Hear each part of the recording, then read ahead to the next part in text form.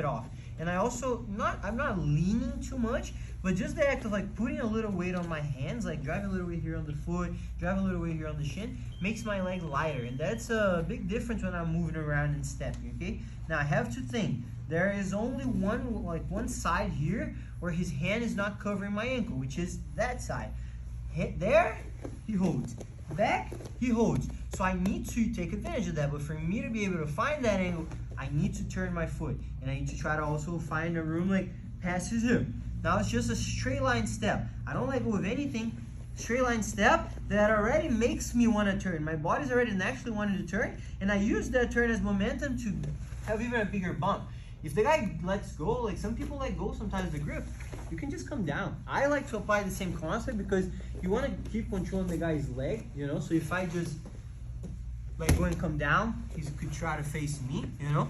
But in case he lets go of my grip, you apply a very similar concept where you can come straight to the side. The guy is more like skilled and he's trying to really keep that grip. You're gonna feel like your shoulder's not gonna come down. And then I need to understand, I'm gonna be very close to the hip here. And my knee feels like it can just come down. But the problem with not stepping my other leg around is this. See how like I'm falling back? If this foot, I can barely stay on top when this foot is closed. My knee should never open that way. That's why before I drop, I open it. Because now I have open room, and when I land, I have this leg opened up enough so I can stay heavy, keep the pressure going, but I was able to get my knee all the way through, okay? Now, we're gonna do the same thing so we can get more practice, but we're gonna work on a transition when I'm finishing up. So I'll get up to here, I'll circle my hand in, and get my forefinger's grip. But now, let's say that when I'm transitioning to like actual side control, he only starts to turn. So, calma.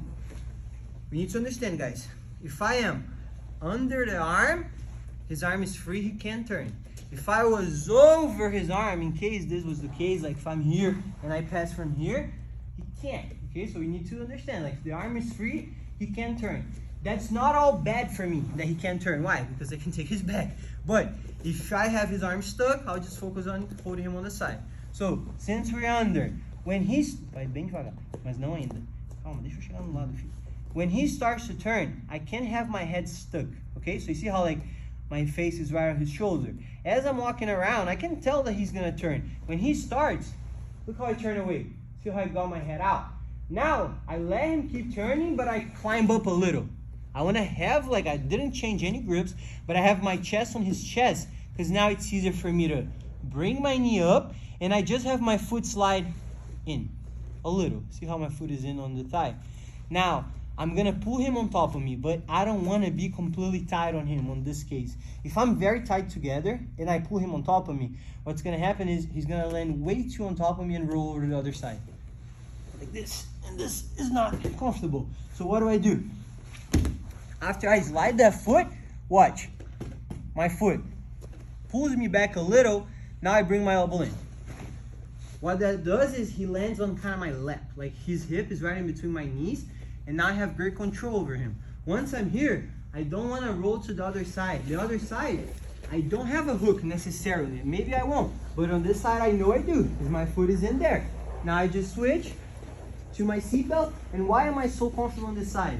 Because even if he blocks the second hook, like from coming in, if he blocks his knee in, even if he does that, and I can't get that second hook, on this side, I'm fine. I can just cross my ankles, take my time here, start to thread his neck, stretch him out to find room, okay?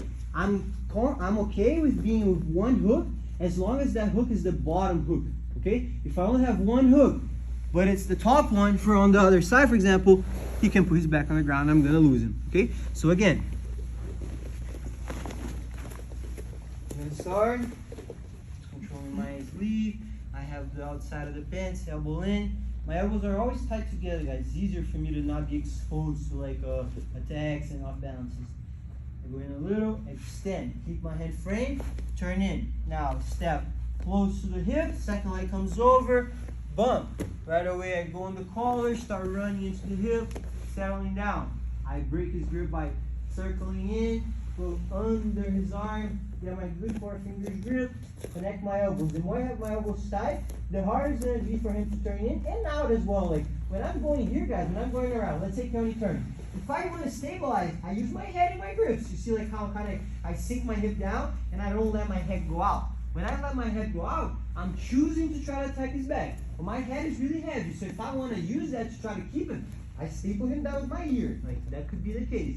But now, if we're gonna let him turn, take his back, I turn kind of away, let him go, climb my chest and my knee. See how my knee is like on the same line of his shoulder. Now it's easy for me to slide my foot in, have my hook get inside.